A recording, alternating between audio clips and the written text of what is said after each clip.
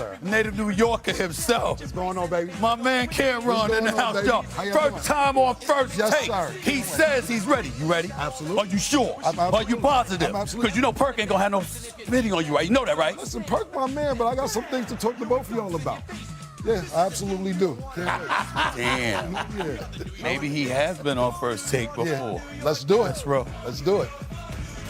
These two teams so familiar with each other. Game one. This half-court offense so efficient for the Knicks. Jalen Brunson ends the first half with a bang. 27 points through two. New York continuing with the momentum. It is a tough team to slow down right now. It's all about the Knicks winning. That's all it's about. The New York Knicks take a 1-0 lead.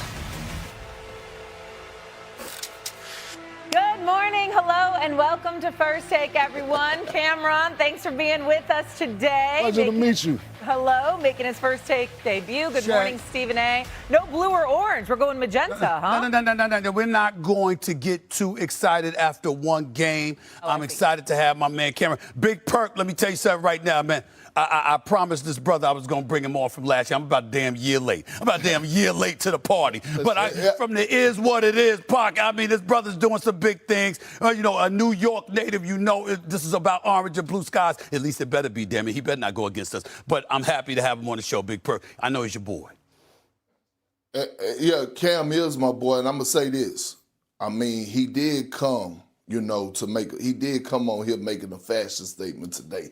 I got to give him his props on his suit game today. I got to give you props on your suit game today. Thank you very much. Yeah, I like it. Yeah, I like it. Damn, I thought you would talk about me. I thought you would talk about me. Everyone inspired from the Met Gala last night. All right, let's get to the Knicks. Here we go, guys. The Knicks needed to take advantage of the extra rest, considering they were the only Eastern Conference team not to go 7 games. They did just that, absolutely destroying the 76ers by 39 points. It was never really close. New York had a 20-plus advantage at halftime, never looked back. Jalen Brunson had 35 points, 27 in the first half alone.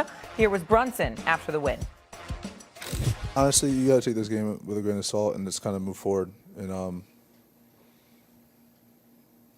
I don't think we're going to see that team that we saw in Game 1 and Game 2. They're going to be ready to go. Coming from the series we had and the physicality we display, I would like to think that maybe guys were tired, but yeah. It's not an excuse, so, on to Game 2, down 1-0, so focus on the next one. They were tired, says Joel Embiid, but let's look at the Knicks. They have been on a historic run, becoming the first team in NBA history with 3 straight playoff wins by 25 or more points. They've also outscored their opponents by 119 points in their last 3 games. That's the largest points per game differential in a 3-game span in NBA playoff history, largest in any 3 games in Knicks history, especially. Most encouraging thing we saw last night in the win, what stood out to you, Stephen A., over the 76ers? Well, I mean, what stood out to me was the blowout victory, the fact that the New York Knicks sent the message and the Philadelphia 76ers know that they're going to have to handle their business. I'm not getting caught up in what happened yesterday. I know it's just one game. It's a long series. I saw Joel Embiid average damn near 35 on one leg a couple of years ago. I know who Tyrese Maxey is. He'll never play this bad again. VJ Edgecombe and Paul George and those boys are threats. They can score. They were absolutely, positively exhausted. I'm not going to get caught up in one game. But the point is, when a team is tired, when they're ailing for whatever reason, you are supposed to put your foot on their neck and handle your business when you are a title contender. That is the message that the New York Knicks sent last night. I'm good with it. Go ahead, Ken. Look, everything you just said is correct. I think that the Knicks bench is what look, everybody on the Knicks bench scored. You had 9 players on the Knicks bench scored. You got a great bench. Deuce McBride.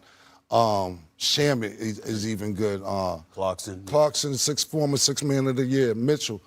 The Knicks look scary the last 2 games. And with all that being said, I still don't trust the Knicks. What? I don't trust the Knicks. What do you mean you don't trust I'll deal with you in a minute. Let me talk to Big Perk. Big Perk, I've seen this movie before. I'm not falling for the banana and tailpipe. Pause. We'll start there.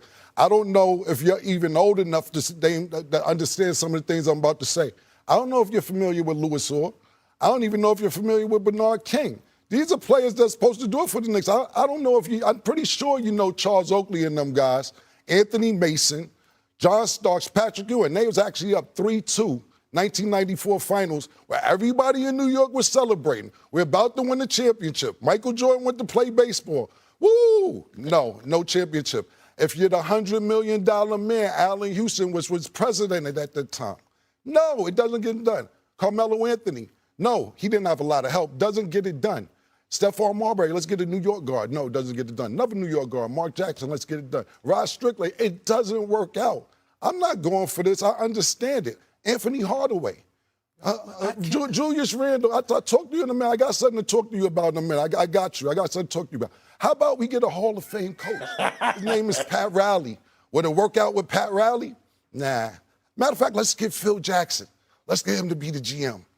You know, even though he's in Wyoming doing whatever he was doing in Wyoming, wasn't really there most of the time. Let's get him. It doesn't work out. I'm not falling for this. I'm not going for it. And then, you know what happens last year, Perk? Last year, the Knicks get to the Eastern Conference Finals. You know what they start doing? Naming streets after players. Carl Anthony Town Square, Jalen Brunson Avenue, Mitchell Robinson Bridge. What are we doing? It's the Eastern Conference Finals. It's the Perkins. No. When y'all got the Eastern Conference Finals, y'all started naming streets after people. I'll deal with you in a minute. I'm not dealing with you for the last 3 minutes. I got something personal to say to you. I got to talk to Perk. I'm going to wrap it up real quick with this, Perk. Last thing I'll say is this. I'm not going for it. And you. What I got to say to you is this. It was just a week ago. You was ready to fire everybody, Mike Brown. You said you called out Worldwide West. I think you said you wanted everybody on the Knicks going. And then not just that, I'll leave this last before I get Big Perk. I remember about 2-3 years ago, you said you're not going to get emotionally involved anymore. You said you're not going to do it. I lied. No, you said your blood pressure wasn't going to go up. That's right. You said you was not going to do this anymore. And I'm saving this for Dan Orlovsky and Swagoo. He said that the New York Knicks was a worse organization than the Dallas Cowboys on this show. I remember him saying that. I did say that. They were at the time. They were at the time. So, it was before Leon Rose got there, though. That wasn't after. Well, you said it. I did. They didn't win since then, Stephen A. You emotionally evolved again. You're back being emotionally involved when you said you wasn't. I cannot believe I invited you on this show. I can't believe I invited him on this show, Big Perk. He's betrayed New Yorkers already. See, that's the thing. In the first segment, the first day. The whole thing is I haven't betrayed New Yorkers. Big Perk gave me a compliment in my suit. This is Yankee pinstripe blue. Champion of the century. All right. Yeah, sorry about that. Well, look, now listen, Cam, I love the energy. I love the honesty because the Knicks fan base is a bit entitled and delusional. But I will say, if we're living in this moment, not just from last night, but what we witnessed over the last 4 games, I'm a believer that the Knicks are coming out of the Eastern Conference. I'm a believer. Not because of what they're doing offensively. It's because it's 4 straight games of holding a team under 100 points. We all know that defense wins championships. And what I've been seeing out of Karl Anthony Towns in particularly when it comes to him anchoring that defense and being emotionally involved, engaged, that has been the best sign to me. Now, let's go over to this series right here. The Philadelphia 76ers got a real problem. And that problem is big body Brunson. At some point, they have to stop the bleeding. What he's doing to them and has done to them over the past 2 seasons has been very disrespectful. Very disrespectful. He is comfortable